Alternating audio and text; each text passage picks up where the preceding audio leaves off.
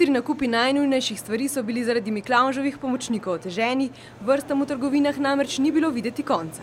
Vedno kupujete takole, da ujamete še tisti zadnji čas?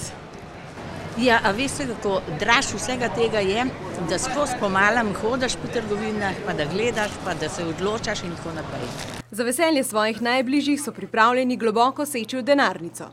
20,30 € posebej. Poprečno pa porabim, kaj s tem, tam je nek 100–150.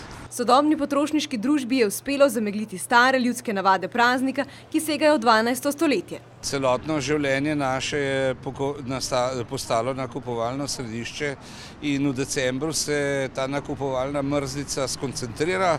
S tem pa se pozabljajo prvotni običaji, rožiče, pomaranče in orehe so zamenjala draga darila, za katera so ljudje pripravljeni odšteti zadnji evro. Glede na število ljudi v nakupovalnem centru se zdi, kot da prazniki recesije ne poznajo.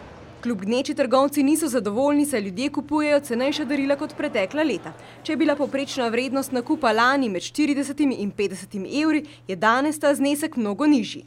Letos je pa povprečje tam okoli 20–30, tako da se pozna 20–10 evrov manjš. Ta darila pa bodo, če je verjeti ljudskim šegam in navadam, dobili le otroci, ki so si to zaslužili. A pričakuješ palco ali sladkarije? Meni se zdi, da sladkarije. Ja, res je. Tale fant je bil letos zelo priden. A pridni otroci od Miklavža pričakujejo veliko več kot le sladkarije. Danes je preveč vsega razkošja, mi smo imeli pa skromno.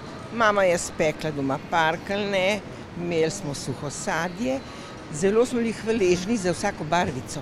Danes pa, ne vem, če ni igrača ali pa kaj bolj vredenega, že ni dovolj. Mislim, gledam tudi soseda več, če sem jim dala samo čokolado, je bilo že premalo. Tako da je boljš, da nič.